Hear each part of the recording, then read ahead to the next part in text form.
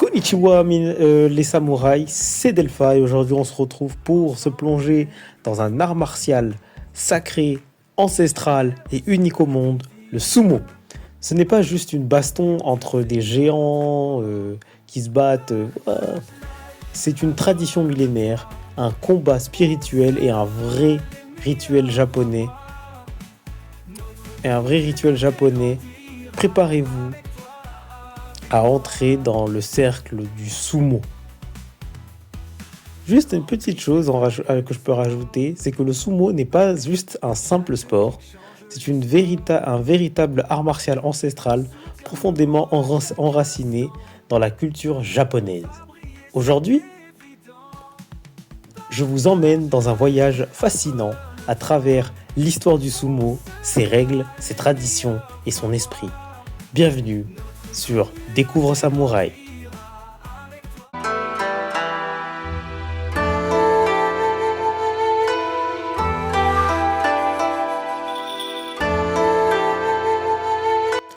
Commençons avec la première rubrique, l'origine du sumo. Le sumo est l'un des plus anciens arts martiaux nippons. Ses origines remontent à plus de 2000 ans, à l'époque mythologique. Selon des récits shintoïstes, le destin du Japon aurait été décidé lors d'un combat de sumo entre le dieu Takemi Kazushi et le dieu Takemi Nakata. Dès lors, dès les premiers siècles, le sumo est pratiqué comme rituel religieux pour honorer les dieux et garantir une bonne récolte. Sous la période de Nara, du 8e siècle, et la période de Eina, du 8e au 12e siècle, il devient un divertissement pour la cour impériale, plus tard à l'époque des samouraïs, et s'intègre dans l'entraînement des guerriers. Ce n'est qu'au 17e siècle que le sumo prend sa forme moderne avec des règles codifiées, des tournois publics et une organisation professionnelle. Qu'est-ce que le sumo aujourd'hui ? Le sumo oppose deux lutteurs appelés rikichi dans un cercle de sable appelé doyo d'environ 4,55 mètres de diamètre. Le but est simple, faire sortir l'adversaire du cercle ou le faire toucher le sol avec une autre partie que la plante des pieds. Mais derrière cette simplicité se cache une discipline stricte. Règles et techniques. Un combat de sumo dure rarement plus de quelques secondes, mais l'entraînement derrière est titanesque. Il existe plus de 80 techniques officielles de victoire, appelées kimarate, allant de la projection au poussé frontal. Les combats sont surveillés par un arbitre principal, nommé le Goiji, qui est reconnaissable grâce à sa tenue traditionnelle ressemblant à celle des prêtres shinto.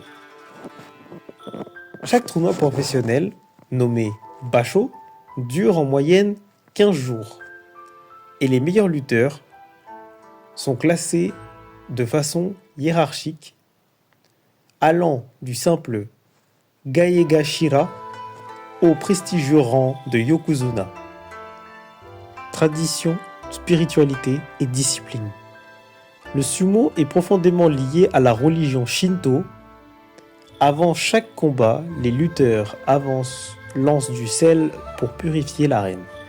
Les rituels d'avant-combat comme le shiko, le fait de lever sa jambe pour éloigner les mauvais esprits et autant des gestes symboliques. Les rikichi vivent dans des aya, des sortes de maisons d'entraînement où la hiérarchie est très stricte. Le respect, la discipline et l'humilité et l'endurance sont des piliers de leur vie quotidienne. Ils mangent beaucoup en quantité, surtout du shanko nabe, un plat traditionnel des sumotori. Et l'entraînement est très dur et codifié. Le rang ultime, Yokozuna. Atteindre le rang Yokozuna, c'est devenir une légende vivante. Il ne suffit pas d'être fort, il faut faire preuve de dignité, de constance et de maîtrise spirituelle. Un Yokozuna ne peut pas redescendre dans le classement. S'il n'est plus à la hauteur, il doit se retirer avec les honneurs. Parmi les plus célèbres Yokozuna, nous avons Hakuo, le recordman de victoire, ou encore Kitanumi, une véritable icône dans le sumotori moderne, le sumo dans le monde contemporain. Aujourd'hui, bien que toujours très codifié, le sumo s'est ouvert à l'international. De nombreux champions viennent désormais de Mongolie, d'Europe ou même des États-Unis. Mais le Japon reste le cœur battant de la discipline sacrée. Chaque tournoi attire des millions de spectateurs et malgré la modernité, le sumo continue à faire vivre l'âme du Japon ancestral. Pour conclure, le sumo est bien plus qu'un simple combat de colosses. C'est une danse millénaire entre la force et l'honneur, entre la tradition et l'effort. Un art martial unique, témoin de la culture qui vibre encore à chaque coup de pied dans l'arène. Si tu veux découvrir d'autres arts martiaux oubliés ou comprendre la tradition qui forge des guerriers du monde entier, abonne-toi. Ici, on explore l'âme derrière le combat. À très vite, jeune samouraï, et n'oublie pas, la sagesse est plus forte que le muscle.